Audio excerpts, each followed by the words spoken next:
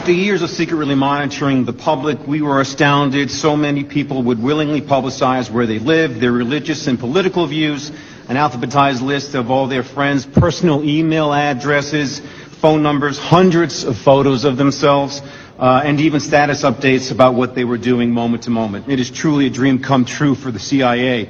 Much of the credit belongs to CIA agent Mark Zuckerberg, who runs the day-to-day Facebook operation for the agency. The decorated agent, codenamed the Overlord, was recently awarded the prestigious Medal of Intelligence Commendation for his work with the Facebook program, which he has called, quote, the single most powerful tool for population control ever created. Well, surprises. Let me give you one bottom line. As a former government official, government's going to kill this guy.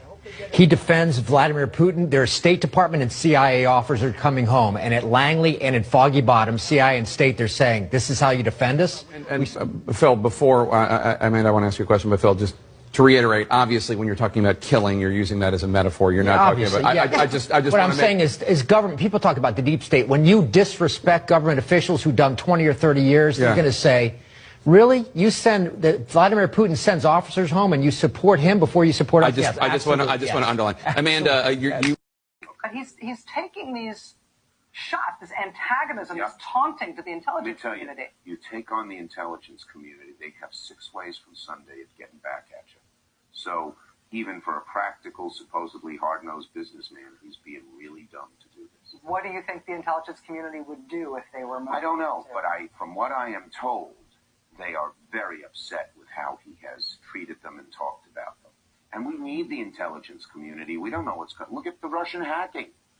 Without the intelligence community, we wouldn't have discovered it. Do you think he has an agenda to try to dismantle parts of the intelligence community? I mean, this form of taunting, hostility... Whether you're a super liberal Democrat or a very conservative Republican, you should be against dismantling the intelligence community.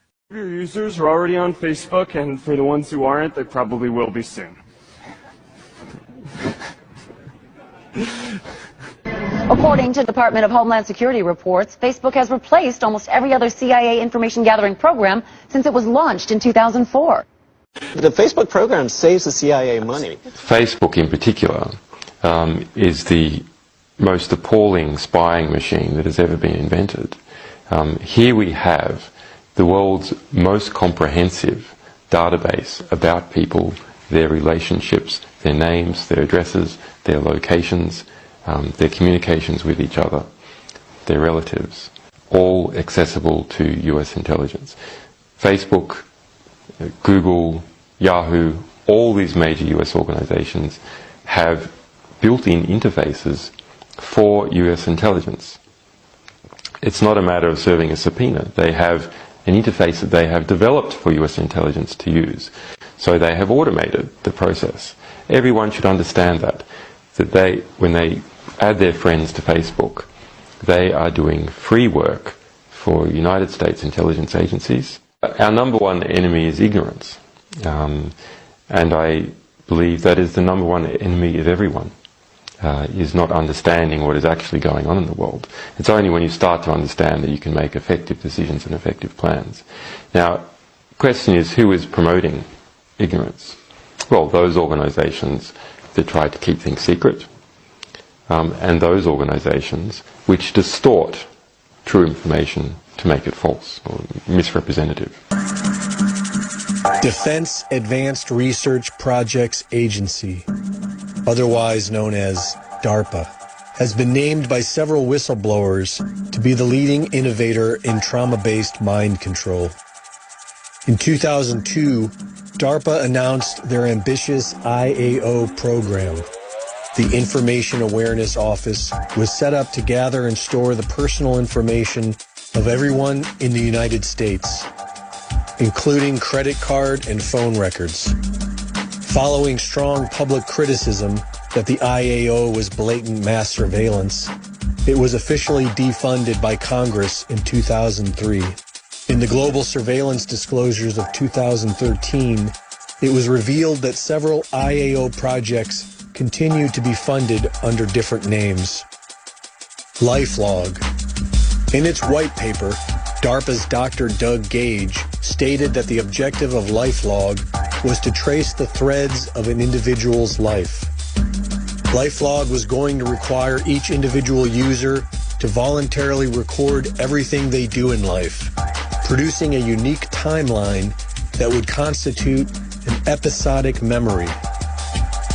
Out of this endless ocean of information, DARPA scientists would plot distinctive patterns, mapping out personal relationships, scheduled events, and researchers from DARPA's artificial intelligence sector would feed the data to their machines so the AI computers could study everyone's daily habits and make sense of it. Civil libertarians attacked the project when it launched, arguing the obvious privacy issues involved with having DARPA keeping such close tabs on the entire population. On February 4th, 2004, they announced the end of LifeLog. And on that very same day, Facebook was born. Within a few months, Sean Parker became the first president of Facebook.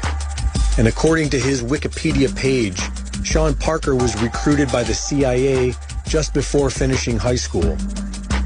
As president of Facebook, Sean Parker brought on their first big investor, Peter Thiel.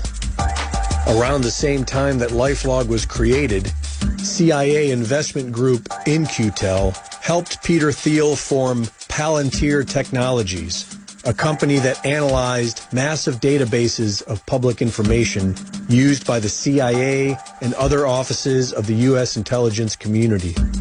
Peter Thiel brought in investor James Breyer, who at the same time was on the board of directors for military defense contractor BBN, along with CIA-run In-Q-Tel CEO Gilman Louis. With several close connections to the CIA, Facebook went on to accomplish everything that LifeLog hoped to execute, and all with the appearances of being a private company run by co-creator Mark Zuckerberg. Mark Zuckerberg testified before Congress last April in a grand spectacle that displayed him more like an alien robot than the shrewd business mogul of the world's biggest social media platform. And now, federal prosecutors are investigating deals that Facebook made with some of the world's largest tech companies. Top executives are leaving the company. Director Sheryl Sandberg has sold over $15 million in Facebook shares over the past few weeks. On Wednesday, March 13th, Facebook and Instagram went down around the globe.